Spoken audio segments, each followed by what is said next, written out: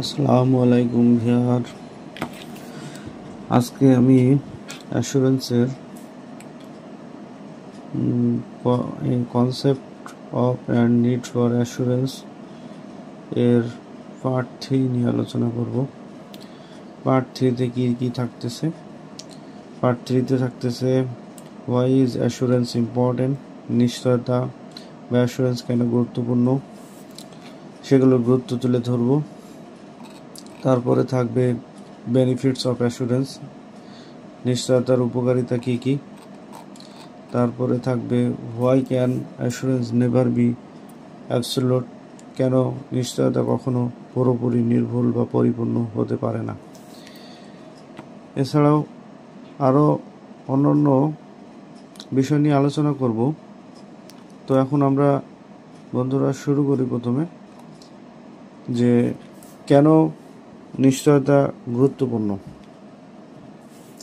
এখানে একটা বিষয় আপনাদেরকে আগেই আমি অ্যাসুরেন্স কেন গুরুত্বপূর্ণ এই বিষয়গুলো নিয়ে অলরেডি আলোচনা করেছি। এখন আমি এত বিস্তারিত আলোচনা করব না, শুধু মাত্র আপনাদেরকে মূল যে বিষয়গুলো সেই বিষয়গুলো নিয়ে কথা বলবো। যে নিশ্চয়তা বলতে বোঝায় এমন একটি প্রক্রিয়া যার মাধ্যমে তথ্য বা প্রতিবেদন নিরপেক্ষভাবে যাচাই করা হয়, যাতে ব্যবহারকারী সেই তথ্যের উপর আস্থা রাখতে পারে। আর্থিক প্রতিবেদন, অভ্যন্তরীণ নিয়ন্ত্রণ ও অন্যান্য অপারেশন কার্যক্রমের সঠিকতা ও নির্ভরযোগ্যতা নিশ্চিত করতে সহায়তা করে। তাহলে এই বিষয়গুলো আমি আগেও আলোচনা করছি যে একটা অ্যাসুরেন্স কি যারা ব্যবহার করেছে তাদের তথ্যের উপর কি আস্থা রাখতে পারে এবং একটা নিরপেক্ষ প্রতিবেদন যাচাই করা হয় এবং এই প্রতিবেদনের মাধ্যমে অভ্যন্তরীণ নিয়ন্ত্রণ বা অন্যান্য অপারেশন কার্যক্রমের সঠিকতা বা নির্ভরযোগ্যতা নিশ্চিত করতে সাহায্য করে এবং এগুলো সবগুলো উপাদান সবগুলো ফাংশন সঠিকভাবে কাজ করছে কিনা এই বিষয়গুলো কি যে অ্যাসুরেন্স কি অর্থাৎ নিশ্চয়তা প্রদান করে কাদেরকে, যারা তথ্যের ব্যবহারকারী আছে, শেয়ার হোল্ডার আছে বা বিনিয়োগকারী আছে। তাহলে নিচে কিছু অ্যাসুরেন্সের গুরুত্ব তুলে ধরা হলো যে আমাদের নিশ্চয়তার গুরুত্ব কি। প্রথম কথা হচ্ছে যে বিশ্বস্ততা বৃদ্ধি করে, এটা প্রতিষ্ঠানের সংস্থার তথ্যের ব্যবহারকারীদের আস্থা গড়ে তোলে। তারপরে পরিচালনার স্বচ্ছতা নিশ্চিত করে, যেহেতু সঠিক ও নির্ভুল তথ্য উপস্থাপনের পরিচালন ব্যবস্থার স্বচ্ছতা বৃদ্ধি পায়, এই কারণে পরিচালনার স্বচ্ছতা নিশ্চিত করে। জালিয়াতি ও ত্রুটি প্রতিরোধ করে, নিয়মিত যাচাই বাছাইয়ের মাধ্যমে অনিয়ম ও জালিয়াতি ভুল ধরা পড়ে তা প্রতিরোধে সহায়তা করে। তারপর হচ্ছে কি নিয়ন্ত্রণ সংস্থার চাহিদা পূরণ করে। অনেক সময় নিয়ন্ত্রণ সংস্থা নির্দিষ্ট নিরীক্ষিত তথ্য প্রতিবেদন দাবি করে যেটা নিশ্চিতকরণ ছাড়া সম্ভব নয়। তাহলে আমাদের নিয়ন্ত্রণ সংস্থা চাহিদা পূরণ করতেও অ্যাসুরেন্স নিশ্চয়তা প্রদান করে। সঠিক সিদ্ধান্ত গ্রহণে সহায়তা করে। ব্যবস্থাপনা ও বিনিয়োগকারী অন্যান্য স্টক হোল্ডার নিশ্চিতকৃত তথ্যের ভিত্তিতে কার্যকর সিদ্ধান্ত নিতে পারেন। সুশাসন প্রতিষ্ঠায় ভূমিকা রাখে, যেমন প্রতিষ্ঠানের সুশাসন প্রতিষ্ঠা এবং স্বচ্ছতা রাখতে অ্যাসুরেন্স অত্যন্ত গুরুত্বপূর্ণ ভূমিকা রাখে। তাহলে এই যে 6টা উপাদান যে আমাদেরকে কি বিশ্বস্ত বৃদ্ধি করে, পরিচালনা স্বচ্ছতা নিশ্চিত করে, জালিয়াতি ত্রুটি প্রতিরোধ করে, নিয়ন্ত্রণ সংস্থার চাহিদা পূরণ করে, সঠিক ও সিদ্ধান্ত গ্রহণে সহায়তা করে এবং সুশাসন প্রতিষ্ঠায় ভূমিকা রাখে। এবার আসি বেনিফিটস অফ অ্যাসুরেন্স, নিশ্চয়তার উপকারীগুলো কী কী। উপকারিতা হচ্ছে নিশ্চয়তার প্রধান উপকারিতা হলো স্বতন্ত্র পেশাদার যাচাই। এটা কি নিশ্চয়তা কারা করে? একটা প্র্যাকটিশনার থার্ড পার্টি করে, যে কোনো একটা ফার্ম করে, তারা একদম স্বতন্ত্র ইন্ডিপেন্ডেন্ট এবং প্রফেশনাল ভেরিফিকেশনের মাধ্যমে তারা কাজটা করে থাকে, যা ব্যবহারকারীদের জন্য মূল্যবান। যেমন আমি একটা উদাহরণ দিয়ে দিচ্ছি, একটি বাড়ি কেনার সময় তার কাগজপত্র যাচাই করার মতোই অ্যাসুরেন্স ব্যবহারকারীদের তথ্যের বিশ্বাসযোগ্যতা নিশ্চিত করে। তাহলে বন্ধুরা, আমি মনে হয় আপনাদেরকে এই উদাহরণটির সহায়তায় বোঝাতে পারছি অ্যাসুরেন্স বিষয়টা কি। তাছাড়া নিশ্চিতকরণে সেবার কিছু অতিরিক্ত পরোক্ষ উপকারিতা রয়েছে। যদিও অ্যাসুরেন্স রিপোর্ট সাধারণত একটি নির্দিষ্ট পক্ষের উদ্দেশ্যে প্রস্তুত করা হয়, যেমন শেয়ার হোল্ডার, এটি অন্য পক্ষগুলো আস্থা প্রদান করতে পারে, যা শেষ পর্যন্ত ব্যবসার জন্য উপকারী। উদাহরণস্বরূপ, একটি নির্ভুল অডিট রিপোর্ট ব্যাংকে আরও আত্মবিশ্বাসী করতে পারে যারা ওই ব্যবসায় ঋণ প্রদান করে, অর্থাৎ এটি তথ্যের বিশ্বাসযোগ্যতা বৃদ্ধি করে। অবশ্যই তাহলে আমাদের নিশ্চয়তার উপকারিতাগুলো কি? এই স্বতন্ত্র এবং পেশাদার যাচাইয়ের মাধ্যমে নিশ্চয়তা আরও বৃদ্ধি পায় এবং এটি কি হয়, এটি সব পক্ষকে আশ্বস্ত করে যে এটি একটা কি যে খুবই ভালো একটা প্রতিষ্ঠান এবং এখানে কি তথ্যের বিশ্বাসযোগ্যতা আছে, সুতরাং আপনারা এখানে ইনভেস্ট করতে পারেন, ঋণ দিতে পারেন। এইগুলো কি অ্যাসুরেন্সের মূলত কি বেনিফিট। তথ্যের যেমন বেনিফিটগুলোর মধ্যে প্রথমে কি তথ্যের নির্ভরযোগ্যতা বৃদ্ধি। অলরেডি আমরা এই কথার মধ্যে আলোচনা করে ফেলছি যে এটা কি তথ্যের নির্ভরযোগ্যতা বৃদ্ধি পায়, নিয়ন্ত্রণ সংস্থা চাহিদা পূরণে সহায়তা করে, তারপরে ব্যবস্থাপনার জন্য সঠিক সিদ্ধান্ত গ্রহণ সহজ হয়, বিনিয়োগকারীদের আস্থা অর্জন হয়, জালিয়াতি অনিয়ম প্রতিরোধে সহায়ক হয়, সুশাসন গুড গভর্নেন্স নিশ্চিত হয়, কোম্পানি সুনাম বৃদ্ধি পায়। এই জিনিসগুলো অলরেডি আমরাও আগেও আমরা যখন বললাম যে গুরুত্ব assurance benefit of importance of assurance, এই গুরুত্বের মধ্যে আমরা আলোচনা করছি। বেনিফিটস অফ অ্যাসুরেন্সের মধ্যেও সেম জিনিসগুলো, একই কথা, একটু কি পার্থক্য, তাছাড়া কিছুই না, মূলত একই জিনিস বারবার আমরা আলোচনা করছি। এখন অ্যাসুরেন্স কেন সবসময় নির্ভুল বা পরিপূর্ণ হতে পারে না? Why can assurance never be absolute? এখন তাহলে সেই জিনিসগুলো আমরা একটু জানবো। নিশ্চয়তা কখনো পরিপূর্ণ হতে পারে না, কারণ কি কিছু কারণ থাকে, যেমন সীমাবদ্ধতা বিদ্যমান থাকে, লিমিটেশন এক্সিস্ট। সীমাবদ্ধতা বিদ্যমান থাকে মানে নিশ্চয়তা প্রদান করে নির্দিষ্ট তথ্য বা দলিলের উপর নির্ভর করে যাচাই করেন, সবসময় সহজলভ্য নির্ভরযোগ্য সম্পূর্ণ নাও হতে পারে। তাহলে প্রত্যেকটা জিনিসেরই আমরা জানি যে নেগেটিভ এবং পজিটিভ দুটি সাইড রয়েছে। পজিটিভ অনেক উপাদান থাকলেও আমাদের এখানে নেগেটিভও কিছু বিষয় থাকে, যে সবসময় তথ্য সঠিক নাও হতে পারে, নির্ভরযোগ্য নাও হতে পারে। সেটা আমরা কি অলরেডি এই যে একটা কিছু লিমিটেশন, এগুলো আমাদের থাকতে পারে। সময় ও সম্পদের সীমা নিশ্চিত করেন একটি নির্দিষ্ট সময়সীমার মধ্যে সীমিত সংস্থান রিসোর্সের মাধ্যমে পরিচালিত হয়, ফলে সবকিছু 100% পরীক্ষা করা সম্ভব নয়। এটাও একটা আসলে আমাদের একটা কারণ কেন এটা আসলে পরিপূর্ণ হয় না, যে সময় এবং সম্পদের সীমাবদ্ধতা থাকার কারণে এটা অনেক সময় নাও হতে পারে 100%। মানবীয় ভুলের সম্ভাবনা নিশ্চিতকরণের পদ্ধতিতে পেশাদার ব্যক্তিরা কাজ করলেও মানবীয় ভুল বা ভুল ব্যাখ্যার সম্ভাবনা সবসময় থেকে যায়। কিছু মানবীয় ভুলের সম্ভাবনা থেকেই যায়, কারণ আমরা পেশাদার নিয়োগ দিয়েছি বলে তাদের ভুল হবে না, আসলে এরকম না। মানুষ মাত্রই ভুল মানুষের হতেই পারে। প্রত্যাশা ও বাস্তবতার ফারাক, যেটাকে আমরা বলি এক্সপেকটেশন গ্যাপ। একজন শেয়ার হোল্ডার বা পার্টনার, বিনিয়োগকারী অনেক প্রত্যাশা করতেছে যে অডিট ফার্ম এটা করলে এটা হবে ওটা হবে, কিন্তু বাস্তবে যখন গেল ইনভেস্টর, তখন দেখলো যে প্রত্যাশা এবং বাস্তবতার মধ্যে তারা ফারাক বুঝতে পারতেছে। এই জন্য বলতেছে যে অনেক ব্যবহারকারী নিশ্চিতকরণ রিপোর্টকে নির্ভরতা গ্যারান্টি হিসেবে ধরে নেন, অথচ বাস্তবে এটা শুধুমাত্র একটি যুক্তিসঙ্গত রিজনেবল অ্যাসুরেন্স প্রদান করে। তাহলে এটাও ঘটতে পারে। নির্দিষ্ট ঝুঁকির অস্তিত্ব নিরীক্ষা নিশ্চিত প্রক্রিয়ায় জালিয়াতি প্রতারণা সবসময় ধরা পড়ে না। কিছু অনিয়ম এমনভাবে লুকানো থাকতে পারে যা সাধারণত পরীক্ষা পদ্ধতিতে ধরা পড়ে না, আসলে এটাও হতে পারে। তাহলে আমাদের এই কিছু হচ্ছে কি, যে আমাদের যে নিশ্চয়তা কখনো পরিপূর্ণ না হতে পারে, এগুলো একটা কারণ। তাহলে অ্যাসুরেন্স আমরা একটু উপসংহারে বলি, অ্যাসুরেন্স একটি গুরুত্বপূর্ণ এবং প্রফেশনাল যাচাই প্রক্রিয়া। এটি কখনোই 100% গ্যারান্টি বা অ্যাবসোলিউট সার্টিফিকেশন দিতে পারে না। এটি শুধুমাত্র যুক্তিসঙ্গতভাবে নিশ্চিত করে যে রিপোর্টটা তথ্য নির্ভরযোগ্য এবং গ্রহণযোগ্য।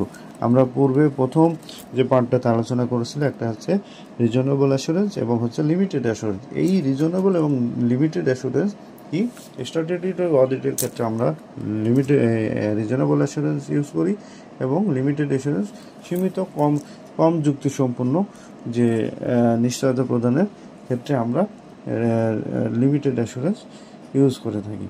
তাহলে এখানে ওই দুটি যে স্তর আছে লেভেল অফ অ্যাসুরেন্সের, ওই স্তর থেকেও আমরা বুঝতে পারি যে এটা কখনো 100% নির্ভরযোগ্য হতে পারে। এটা আমাদের ধরা থেকে বিরত থাকতে হবে। এটা হতেও পারে, নাও হতে পারে, তবে এটা 100% না হলেও 90% পর্যন্ত আমরা ধারণা করব এটা ভালো ফল দিতে পারে। এখন কিছু নিশ্চয়তার আমরা সীমাবদ্ধতা দেখব, যে নিশ্চয়তার কিছু লিমিটেশন অফ অ্যাসুরেন্স কি, সেগুলো আমরা দেখব। প্রথমে আমরা পয়েন্টগুলো নিয়ে আলোচনা করি। সম্পূর্ণ নিশ্চয়তা প্রদান করা যায় না, নো অ্যাবসোলিউট অ্যাসুরেন্স। যেটা প্রথমে বলছি, এটি একটা যুক্তিসঙ্গত নিশ্চয়তা রিজনেবল অ্যাসুরেন্স প্রদান করে, সুতরাং কিন্তু 100% নির্ভুলতা গ্যারান্টি দিতে পারে না, যা সবসময় যাচাই করা সম্ভব হয় না। তথ্যের সীমাবদ্ধতা মানে লিমিটেশন এভিডেন্স, যেসব তথ্য প্রমাণের ভিত্তিতে নিশ্চয়তা প্রদান করা হয় তা সবসময় পর্যাপ্ত নির্ভরযোগ্য নাও হতে পারে। অনেক সময় ব্যবস্থাপনার দেওয়া তথ্যের উপর নির্ভর করতে হয়, কারণ যে তথ্য দিছে সেটা সবসময় যে নির্ভরযোগ্য হবে সেটাও না, কিছু সীমাবদ্ধতা এখানে থাকতে পারে। মানবীয় ভুল পক্ষপাতিত্ব, যারা নিশ্চয়তা দেন তারাও মানুষ, যাদের সিদ্ধান্ত ভুল হতে পারে, কখনোই অজান্তে পক্ষপাতিত্ব দেখা দিতে পারে। তাহলে আমরা একটা হচ্ছে সম্পূর্ণ নিশ্চয়তা প্রদান করা যায় না, তথ্যের সীমাবদ্ধতা, মানবীয় ভুল বা পক্ষপাতিত্ব থাকতে পারে, জালিয়াতি শনাক্তকরণ সবসময় সম্ভব নয়, fraud may be not detected, সবসময় এটা কিছু আমাদের ফ্রড যে সবসময় ধরা পড়বে বা শনাক্ত হবে এমন কিছু না। তারপর হচ্ছে 5 নম্বর হচ্ছে কি সীমিত সময় সম্পদ, এগুলো নিয়ে আমরা আলোচনা করেছি, টাইম অ্যান্ড রিসোর্স কনস্ট্রেন্ট। এরপরে আমরা কি যে ব্যবহারকারীদের ভুল প্রত্যাশা, এক্সপেকটেশন গ্যাপ, যেটাকে আমরা বললাম যে ব্যবহারকারীর অনেক এক্সপেকটেশন করে কিন্তু বাস্তবে দেখা যায় যে না, তার মধ্যে কিছু ফারাক রয়েছে, এটাকেই বলি যে ব্যবহারকারীদের ভুল প্রত্যাশা এবং কি মানে যেটাকে আমরা বলি যে মানে প্রত্যাশা এবং হচ্ছে বাস্তবতার যে ফারাকটা, সেটাই হচ্ছে আমাদের এক্সপেকটেশন গ্যাপ। তারপর হচ্ছে নিরীক্ষার সুযোগ, নির্দিষ্ট স্কোপ লিমিটেশন, কখনো কখনো নিশ্চিতকরণ কাজের পরিধি স্কোপ সীমিত হয়।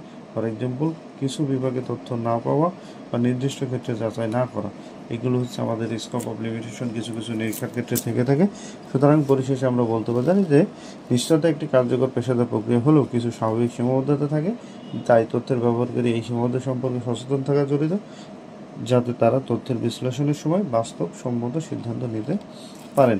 এখন আমরা বন্ধুরা একটা জিনিস দেখব, সেটা হচ্ছে এক্সপেকটেশন গ্যাপ, যেটি হচ্ছে কি যে আমরা এটাকে বলি যে বাংলায় কি বলি যে প্রত্যাশা এবং বাস্তবতার ফারাক। এক্সপেকটেশন গ্যাপ অর্থ কি ব্যবহারকারীদের প্রত্যাশা এবং বাস্তবতার মধ্যে ফারাক।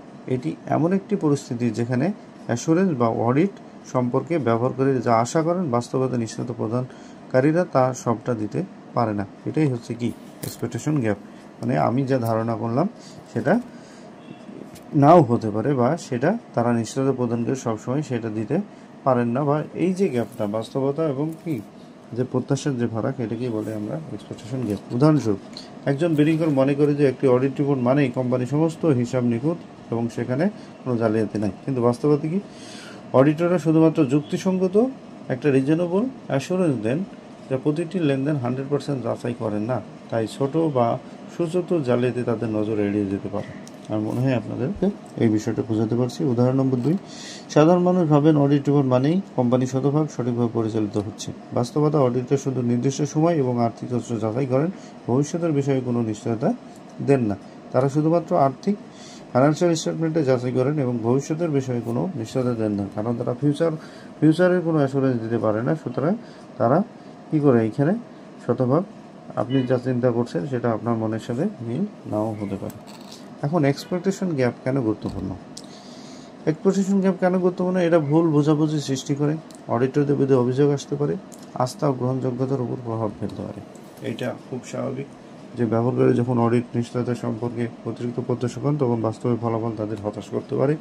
অডিটের বিরুদ্ধে অভিযোগ আসতে পারে, যখন কোনো প্রতারণা ধরা পড়ে, অডিট রিপোর্ট ছিল নির্ভুল, তখন ব্যবহারকারীরা অডিটদের দোষারোপ করে যদিও তারা তাদের দায়িত্ব অনুযায়ী কাজ করেছেন। আস্থা ও গ্রহণযোগ্যতার উপর প্রভাব ফেলে, ভুল প্রত্যাশা যদি বারবার ভাঙে তবে অ্যাসুরেন্স অডিট ব্যবস্থার উপর আস্থা কমে যায়। এটা খুব স্বাভাবিক, আস্থা এবং গ্রহণযোগ্যতার উপরে আপনার প্রভাব ফেলতে পারে। উপসংহার, এক্সপেকটেশন গ্যাপ দূর করার জন্য ব্যবহারকারীদের সচেতন বাড়ানো দরকার, যাতে তারা বুঝতে পারেন অডিট এবং নিশ্চয়তা একটি সহায়ক প্রক্রিয়া হলো, এটি 100% নিশ্চয়তা ভবিষ্যতের নিরাপত্তা নয়। তাহলে আপনাদের যারা বিনিয়োগকারী এখন আমরা দেখব স্ট্যাটিউটরি অডিট, আইনানুগ নিরীক্ষা, এটি সম্পর্কে। আসলে আইনানুগ নিরীক্ষা অর্থাৎ স্ট্যাটিউটরি অডিট হতে হলে কি কি বিষয়গুলো উপস্থিতি থাকা লাগবে সেই বিষয়গুলো আমরা একটু খেয়াল করব। The statutory audit is the key example of an assurance engagement in Bangladesh. বাংলাদেশে আইনানুগ নিরীক্ষা স্ট্যাটিউটরি অডিট হলো একটি মূল ও বাধ্যবাধকতামূলক নিশ্চয়তা কার্যক্রমের একটি উদাহরণ। তার মানে স্ট্যাটিউটরি হতে গেলে বাংলাদেশের আইনানুগ নিরীক্ষা হতে হবে এবং এটি হলো আইনানুগ নিরীক্ষা বা স্ট্যাটিউটরি হলে একটি মূল ও বাধ্যতামূলক নিশ্চয়তা কার্যক্রমের একটি উদাহরণ। যেমন এটি কোম্পানি আইন অনুযায়ী নির্দিষ্ট কোম্পানির জন্য করা বাধ্যতামূলক নিরীক্ষা, যা নিশ্চিত করে যে আর্থিক বিবরণীগুলো নির্ভরযোগ্য এবং আইন অনুযায়ী প্রস্তুত হয়েছে। তার মানে এটি কোম্পানির একটি আইন অনুযায়ী নির্দিষ্ট হতে হবে, কোম্পানির জন্য করা বাধ্যতামূলক একটা নিরীক্ষা। অর্থাৎ কোম্পানি অ্যাক্ট যে 1994 আছে এই অনুযায়ী হতে হবে, যা নিশ্চিত করে যে এই আর্থিক বিবরণীগুলোকে নির্ভরযোগ্য এবং আইন অনুযায়ী প্রস্তুত করা হয়েছে। দ্বিতীয় নম্বর হচ্ছে auditors are subject to a variety of legal and professional requirements. নিরীক্ষকদেরকে বিভিন্ন আইনগত ও পেশাগত নিয়মকানুনের অধীনে কাজ করতে হয়। তার মানে নিরীক্ষকদেরকে বিভিন্ন আইনগত ও পেশাগত যে প্রফেশনাল অ্যাক্টিভিটিস রুলসগুলো আছে এই পেশাগত নিয়মকানুনের অধীনে কাজ করতে হয়। যেমন কোম্পানি আইন, chartered accountants act, professional code of ethics ইত্যাদি এগুলো মেনে চলতে হবে। 3 নম্বর হচ্ছে audit are composed of 5 principal stage. নিরীক্ষা কাজ সাধারণত 5টি প্রধান ধাপে সম্পন্ন করা হয়ে থাকে। এখন আমরা দেখব যে এই যে নিরীক্ষা কাজ 5টি প্রধান ধাপে সম্পন্ন করা হয়ে থাকে, এই কাজগুলো কি কি? একটা হচ্ছে obtaining the engagement, planning, procedure, review and reporting. তাহলে 5টা ধাপ হচ্ছে, প্রথম অবটেইনিং এঙ্গেজমেন্ট, যেটা নিরীক্ষা নিযুক্তি গ্রহণ, ক্লায়েন্টের কার সঙ্গে চুক্তি করে নিরীক্ষা কাজ শুরু করা হয়। তাহলে এই যে আমরা থার্ড পার্টি আমরা যে একজন প্র্যাকটিশনার বা একজন হচ্ছে চার্টার্ড ফার্ম যে একটা কোম্পানি নিয়োগ করে, তাহলে এইটা প্রথম তার নিরীক্ষা কার্যক্রমের 5টি ধাপের একটি হচ্ছে অবটেইনিং এঙ্গেজমেন্ট। তাকে ক্লায়েন্টের সঙ্গে চুক্তি করে কাজ শুরু করতে হয়। তারপর দেন হচ্ছে পরিকল্পনা করে, সে ঝুঁকি বিশ্লেষণ, কার্যপদ্ধতি ইত্যাদি নির্ধারণ করে সে পরিকল্পনা তৈরি করে যে সে নিরীক্ষা কাজটা কিভাবে সম্পন্ন করবে, সে প্ল্যানিং গ্রহণ করে। 3 নম্বর হচ্ছে পদ্ধতি গ্রহণ, প্রসিডিউর, প্রমাণ সংগ্রহ ও পরীক্ষার মাধ্যমে নিরীক্ষা কাজ পরিচালনা করে থাকে। তাহলে সে প্রসিডিউর মেনটেন করে। 4 নম্বর হচ্ছে পর্যালোচনা, সমস্ত কাজের মান যাচাই এবং পুনরালোচনা করা হয়। 5 নম্বর হচ্ছে প্রতিবেদন, রিপোর্টিং, নিরীক্ষার চূড়ান্ত ফলাফল লিখিতভাবে জানানো ও মতামত প্রদান করা হয়। তাহলে নিরীক্ষা কাজ সাধারণত 5টি ধাপে সম্পন্ন হয় এবং এই 5টি ধাপ একটা স্ট্যাটিউটরি অডিট হতে হলে এই 5টি ধাপেই কাজ সম্পন্ন করতে হবে। 4 নম্বর হচ্ছে প্রফেশনাল সেফটিসিজম। প্রফেশনাল সেফটিসিজম কি? এটা হচ্ছে যে পেশাগত একটা সংশয়বোধ। তাহলে এইটা কি? Professional scepticism is an important aspect of the auditor skill set. পেশাগত সংশয়বোধ একজন নিরীক্ষকের একটি গুরুত্বপূর্ণ গুণ। একজন নিরীক্ষক হতে হলে অবশ্যই তাকে প্রফেশনাল সেফটিসিজম থাকা লাগবে। কেন? এই যে একজন নিরীক্ষকের মনে সবসময় কোশ্চেনার মাইন্ড হতে হবে, কারণ তাকে সন্দেহ প্রবণ হতে হবে, তাকে চিন্তা করে এটা কেন হলো, কিভাবে হচ্ছে, এটার উৎস কি, এই জিনিসগুলো তার মাথায় যদি এই জিনিসগুলো না আসে সে তো অডিট করতে পারবে না, একদম ভালো অডিটরও হতে পারবে না। তাই একজন নিরীক্ষককে সব তথ্য ও ব্যাখ্যার উপর অন্ধ বিশ্বাস না করে সবসময় সন্দেহ প্রবণ অর্থাৎ কোশ্চেনারিং মাইন্ড দৃষ্টিভঙ্গি নিয়ে কাজ করতে হয়, যেন কোনো প্রতারণা বা ভুল ধরা পড়ে। তাহলে আমরা স্ট্যাটিউটরি অডিট হতে হলে কি কি বিষয়গুলো খেয়াল রাখতে হবে সেই বিষয়গুলো আমরা জেনে নিলাম। উপসংহার কি? স্ট্যাটিউটরি অডিট হলো একটি বাধ্যবাধকতামূলক ও পেশাগত নিরীক্ষা প্রক্রিয়া। এর কাছে আইনগতভাবে বাধ্যবাধকতামূলক এবং একটা পেশাগত নিরীক্ষা প্রক্রিয়া, যা নিরীক্ষকের আইনগত দক্ষতা, প্রফেশনাল স্কিল থাকতে হবে এবং নৈতিকতা এবং নির্ভুলতা বজায় রেখে বিভিন্ন নির্ধারিত ধাপে সম্পন্ন করতে হয়। তার মানে প্রফেশনাল কোয়ালিফিকেশন লোক ছাড়া কখনো স্ট্যাটিউটরি অডিট করা যাবে না। এবং তাদেরকে এই যে কয়টা উপাদান, এটা আইনগত বাধ্যবাধকতা থাকবে, পেশাগত নিরীক্ষা প্রক্রিয়া থাকবে, নিরীক্ষকদের আইনগত দক্ষতা থাকতে হবে, নৈতিকতা এবং নির্ভুলতা বজায় রেখে নির্ধারিতভাবে কাজ সম্পন্ন করতে হয়। এখন আমরা জানব ট্রু এর সংজ্ঞা এবং ব্যাখ্যা। ট্রু, আমরা দুইটা জিনিস জানি, ট্রু অ্যান্ড ফেয়ার। আমরা অনেক সময় বলি যে ট্রু অ্যান্ড ফেয়ার ভিত্তিতে কি আমরা এই নিরীক্ষা কাজ সম্পাদন করছি। তাহলে আমরা ট্রু এর সংজ্ঞা জানবো এবং ব্যাখ্যা জানবো। ট্রু বলতে আমরা সবাই বুঝি সত্য। সত্য বলতে বোঝায় যে তথ্যটি বাস্তব ভিত্তিক, মানে আমরা যে ফাইন্যান্সিয়াল স্টেটমেন্টটি পর্যালোচনা করি সেটা হতে হবে বাস্তব ভিত্তিক, প্রকৃত সত্যের প্রতিফলন ঘটায় এবং মিথ্যা নয়। এটা কখনোই প্রকৃত সত্যের প্রতিফলন ঘটাবে, আমরা যেটা দেখতেছি সেটা সত্যের সাথে মিল থাকবে, এটা মিথ্যা হবে না। বিস্তারিত ব্যাখ্যা, তথ্যটি বাস্তব নির্ভুল হওয়া উচিত। যে তথ্য আমাদের সামনে প্রেজেন্ট করবে ফাইন্যান্সিয়াল স্টেটমেন্ট সেটা বাস্তব এবং নির্ভুল হওয়া উচিত। এটি বিদ্যমান আইন, নিয়ম এবং নির্ধারিত মানদণ্ড অনুযায়ী, যে এটা আমাদের কি যে আইএফআরএস অনুযায়ী যে প্রস্তুত করা হয়েছে এবং বিদ্যমান যে কোম্পানি অ্যাক্ট 1994 এমন তার যে আমাদের এবং যে কমপ্লায়েন্স আছে সেগুলো যে মেনে এটা প্রস্তুত করা হয়েছে সেই অনুযায়ী প্রস্তুত হওয়া উচিত। হিসাবগুলো সঠিকভাবে বইপত্র রেকর্ড থেকে নেওয়া হয়েছে, কারণ প্রত্যেকটা হিসাব, একটা হিসাব তো একবার হয় না। প্রথমে হচ্ছে ট্রানজ্যাকশন হয়, তারপরে কি ট্রানজ্যাকশনের পর হচ্ছে আমাদের জার্নাল হয়, জার্নালের পরে ট্রায়াল ব্যালেন্স হয়, ট্রায়াল ব্যালেন্সের পরে এইভাবে ধাপে ধাপে কি যে একটা প্রত্যেকটা রেকর্ড বই অর্থাৎ সঠিক হিসাব বই ও রেকর্ড থেকে নেওয়া হয়েছে, এর মধ্যে কোনো গভর্নমেন্ট বা কারসাজি নেই, এগুলো পরীক্ষা করতে হয়। সংক্ষেপে ট্রু বলতে বোঝায় তথ্য বা হিসেবের সঠিকতা ও সত্যতা যাচাইযোগ্য এবং বাস্তবের সাথে সামঞ্জস্যপূর্ণ। এটা বাস্তবের সাথে সামঞ্জস্যপূর্ণ হতে হবে। এরপর আমরা ফেয়ার বুঝবো। ফেয়ার বলতে আমরা যে ন্যায্য, এটা সবাই বুঝি। যে ফেয়ারের সঙ্গে কি, ফেয়ার হচ্ছে ন্যায্য, এর অর্থ হচ্ছে যে আমরা যে হিসাব তথ্য বা হিসাবপত্র পক্ষপাত দুষ্ট নয়, আমরা এতটুকু বলবো। ওইটা কি, ওইটা তো ছিল যে হিসাব তথ্য কি, হিসাব তথ্য হচ্ছে বাস্তব এবং নির্ভুল হবে। আর এখানে বলছে এই যে হিসাব তথ্যগুলো দিলেন, এই হিসাব তথ্যগুলো কি পক্ষপাত দুষ্ট না বা নির্ধারিত মানদণ্ড ও নিয়ম ও প্রত্যাশিত নীতিমালার সঙ্গে সামঞ্জস্যপূর্ণ।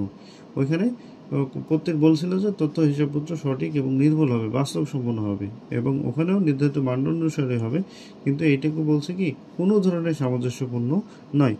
তাহলে হিসাব বিস্তারিত ব্যাখ্যা কি, তথ্য হিসাবপত্র অবিচার বা পক্ষপাতিত্ব থেকে মুক্ত হওয়া উচিত। যে কোনো পক্ষপাতী বা যে কোনো কিছু থেকে এটা মুক্ত হবে এই সমস্ত তথ্য বা হিসাবপত্র। এটি যেন ব্যবহারকারীদের প্রতারণার উদ্দেশ্যে তৈরি করা না হয়, বাস্তব ব্যবসায়িক কার্যক্রমের সাথে যথাযথ প্রতিফলন ঘটায়। ফেয়ার মানে হচ্ছে হিসাবপত্রে শুধু আইনি দিক নয়, বরং ব্যবসায়িক কার্যকলাপের প্রকৃত বাণিজ্যিক এবং বাস্তবতা প্রতিফলিত হবে। ফেয়ার মানে হচ্ছে যে ন্যায্য, এই ন্যায্য হিসাবপত্রে শুধু আইনি দিক দিয়ে নয়, বাস্তবিক ব্যবসায়িক কার্যকলাপ প্রকৃত বাণিজ্যিক বাস্তবতা প্রতিফলিত হবে। এটি ব্যবহারকারীদের সঠিক সিদ্ধান্ত নিতে সহায়তা করে। সংক্ষেপে আমরা দুইটা জিনিস জানবো, ট্রু কি, সঠিক, বাস্তব ভিত্তিক ও আইন অনুযায়ী। এবং ফেয়ার জিনিসটা আমরা কি বুঝি, পক্ষপাতহীন, বাস্তব ব্যবসায়িক কার্যকলাপের প্রতিফলন, ন্যায়সঙ্গতভাবে উপস্থাপন। তাহলে ট্রু অ্যান্ড ফেয়ারের মধ্যে অনেকটা পার্থক্য আছে। ওটাকে আমরা বলি সঠিক, বাস্তবভিত্তিক, আইন অনুযায়ী, আর এটাকে বলি জাস্ট একটু কথা ঘোরায় বলি আমরা পক্ষপাতহীন বা বাস্তব ব্যবসায়িক কার্যকলাপের প্রতিফলন। যে বাস্তবে যে ব্যবসাটা হয়েছে সেটি সেই কার্যকলাপেরই প্রতিফলন, ন্যায়সঙ্গতভাবে উপস্থাপন। তাহলে এখন আমরা আর একটা জিনিস আমরা এখানে আলোচনা করব, সেটা হচ্ছে বাংলাদেশের নিরীক্ষকের জন্য আইনি ও পেশাগত চাহিদা সমূহ কী কী, যে লিগাল অ্যান্ড প্রফেশনাল রিকোয়ারমেন্টসগুলো কী কী, যে বাংলাদেশের নিরীক্ষকের যে আইন পেশাগত চাহিদা সম্পন্ন আছে সেই জিনিসগুলো আমরা জানব। আইনি ও পেশাগত দায়িত্ব। আইনি পেশাগত দায়িত্ব কি, বাংলাদেশের নিরীক্ষকের জন্য আইনগত এবং পেশাগত উভয় দায়িত্বই প্রযোজ্য।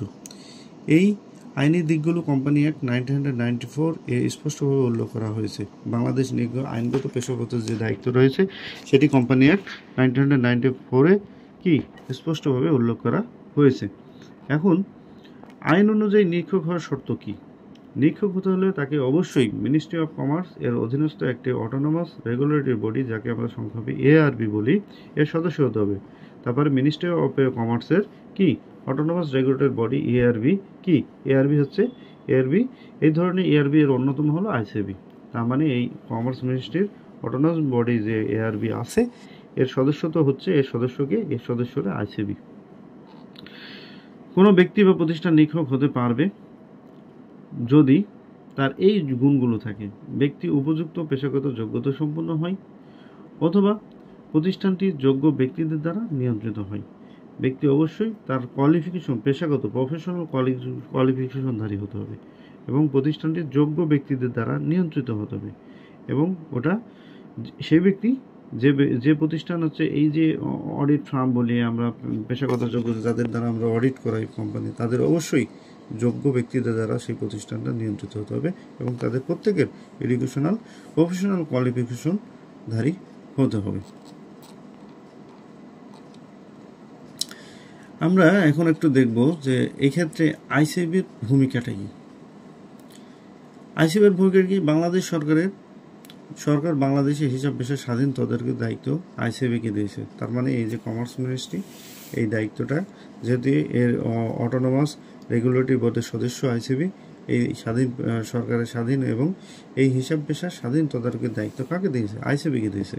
আইসিবির নিম্নলিখিত কাজগুলো করে থাকে, যেমন হচ্ছে নিরীক্ষা মান, অডিটিং স্ট্যান্ডার্ড, বাংলাদেশে যারা অডিট করাচ্ছে যে বিভিন্ন কোম্পানি তাদের অডিটিং স্ট্যান্ডার্ড নিরীক্ষার মানটা প্রণয়ন করে, নৈতিক মান এথিক্যাল স্ট্যান্ডার্ড নির্ধারণ করে, প্র্যাকটিস নোটস বুলেটিন গাইডলাইন প্রদান করে, ইন্টারিম ফাইন্যান্সিয়াল স্টেটমেন্ট পর্যালোচনা এবং মানদণ্ড নির্ধারণ করে। তাহলে আইসিবির নিম্নতর কাজ হলে এই 4 ধরনের: নিরীক্ষা মান, নৈতিক মান, practice notes bulletin guideline, interim financial statement, মানদণ্ড পর্যালোচনা, মানদণ্ড নির্ধারণ করে। এখন আমরা একটু জানবো যে আন্তর্জাতিক নিরীক্ষণ আইএসএ কি বলে। আইসিবি আন্তর্জাতিক সংস্থা IAASB international auditing and assurance standard board কর্তৃক প্রকাশিত international standard on auditing ISA অনুসরণ করে। তাহলে আইসিবি আন্তর্জাতিক সংস্থা এই যে IAASB যে কর্তৃক প্রকাশিত আইএসএ কি অনুসরণ করে এবং ISA 2000 অনুযায়ী একজন নিরীক্ষকের অবশ্যই সংশ্লিষ্ট নৈতিক নীতিমালা অনুসরণ করতে হবে এবং নিরীক্ষার সময় ISA অনুযায়ী কাজ করতে হবে। যখন একজন নিরীক্ষক অবশ্যই কি ISA 200 অনুযায়ী কাজ করতে হবে, সেখানে একজন নিরীক্ষক অবশ্যই নৈতিক নীতিমালা যেগুলো আছে সেই নীতিমালাগুলো অনুসরণ করতে হবে এবং তাকে ISA নিরীক্ষার সময় ISA অনুযায়ী কাজ করতে হবে। তাহলে সারসংক্ষেপ আমরা কি বলি? সারসংক্ষেপ আমরা বসি যে কোম্পানি অ্যাক্ট 1994 যে আইনগত যে দিক রয়েছে, হ্যাঁ, সেই জিনিসগুলো একদম অডিটরকে সেইভাবে করতে হবে। সেই আইনি যেভাবে বলে কোম্পানি অ্যাক্টে সেভাবে নিরীক্ষা কার্যক্রমটি সম্পন্ন করতে হবে। নিয়ন্ত্রণ সংস্থা এইটা কি? যে ARB autonomous regulatory body, ICB একটা নিয়ন্ত্রণ কি সংস্থা, অর্থাৎ কমার্স অফ মিনিস্ট্রি। যোগ্যতা উপযুক্ত পেশাগত সনদ থাকতে হবে, পপুলেশন কোয়ালিফিকেশন থাকতে হবে। অযোগ্যতা কোম্পানি কর্মচারী ও সংশ্লিষ্ট অংশীদার হলে কি যে তারা এই পেশাগত যে নিরীক্ষক তারা হতে পারবে না। মানদণ্ড আন্তর্জাতিক নিরীক্ষা মান ISA এবং নৈতিক নীতিমালা আইসিবির নির্দেশনা মানতে হবে। তাহলে আন্তর্জাতিক নিরীক্ষা মান ISA এবং আইসিবির নৈতিক নীতিমালা এই নির্দেশনা অনুসারে চলতে হবে। তাহলে বন্ধুরা আজকে এ পর্যন্ত। ধন্যবাদ, সবাই ভালো থাকবেন।